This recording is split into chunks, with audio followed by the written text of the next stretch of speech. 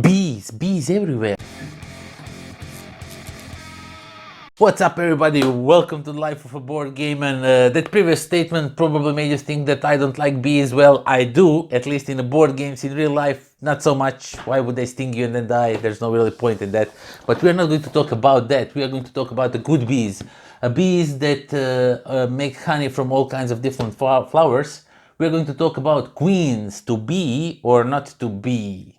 I didn't think of it. It says right here. So let's get down to the table. Let me show you what's inside this box and then we'll talk some more about it. Okay, let's see what Queens has to offer. As with every game, we have rules, and these are pretty simple rules. I like Mandoo games. Their rules for their games are really simple and easy to understand, but yet so fun to play. So we have the main board, and this is where the flowers will be, and where you will be picking them, going around with the guy. I will show you that in a minute. And yeah, this is a little bit like thin cardboard. I wish this was a little bit thicker, but it is what it is.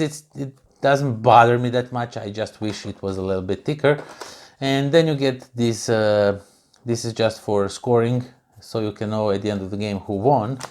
And then each of the player will get one of these boards. This means that you can store up to 6 flowers, and once you collect all the honey pots of all 5 different colors, you can win some extra points for the end of the game.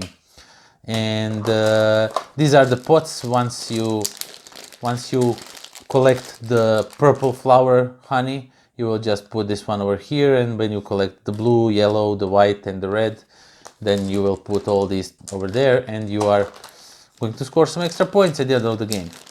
And these are really nice. These are like some hives in different colors. They look really nice, like little jars of honey, I presume.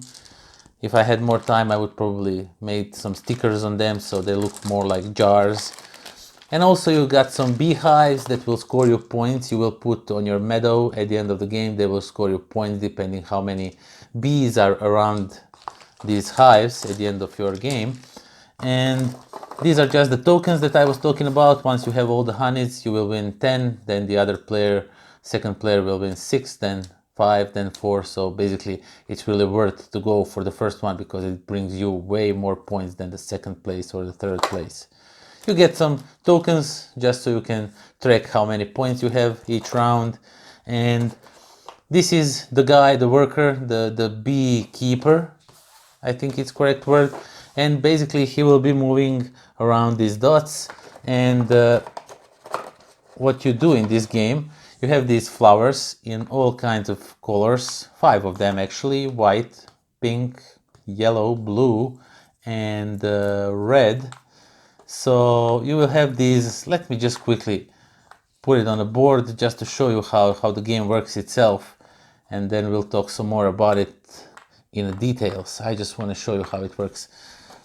Let's say, for example, we have, okay, this is taking way too much time that I anticipated, but I am sticking to it. I'm going to show you how the game works because it is super simple game to learn, super simple game to teach, but so challenging to play.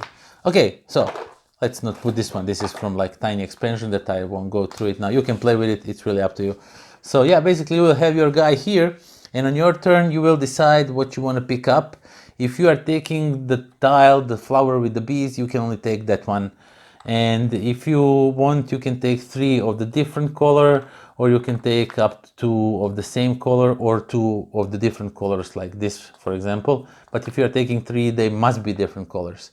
So, for example, if I take 3 of a different color, I will move this guy 1, 2, 3 spaces, and then the second player will have to pick from these, and you will go around here and picking these flowers, and eventually you will be putting them on these polyominoes that will be randomly drawn from the board, from the box, and you will be putting them in front of yourself. And when it's your turn, as you can see, you can only have 6 flowers. Once you have 6 flowers, you cannot take any more flowers. I mean, you can, but you will discard some. You really don't want to do that. Then you say that you want to play your flowers, and you have to play your flowers. But the thing is that you need to put all 5 at the same time. So let's say, for example, that I have like this situation over here, I would put these 3 yellows together and then this blue and the red one. Why? Because if you have 2 or more of the one color, you will get some points for them. This one will not give you any points, but in a further turns, if I put some more meadow, let's say for example I put some over here, and then I got let's put it like this, and then I got like, I don't know, these flowers, then I can put the red here, the blue here, and then the yellows maybe here, and then the pink here, and I can score some points that way because now I have 2 of the blue and 2 of the red.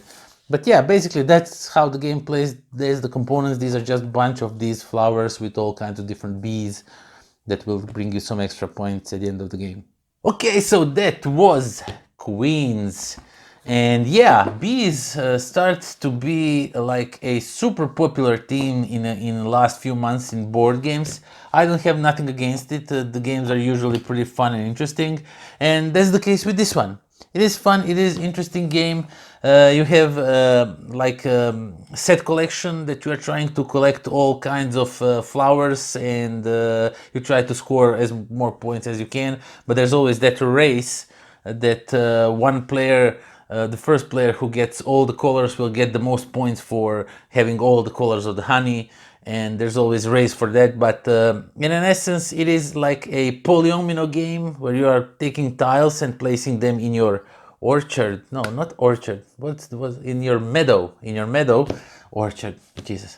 You are placing them in your meadow, and then you are collecting these flowers, and you are planting those flowers on your meadows, and then the bees come and you score points. And there's always that interesting mechanic where you can take more of different flowers or one of the same color if they have bees on them, because bees can bring you a lot of points at the end of the game. That's one great thing I like about it, is those beehives.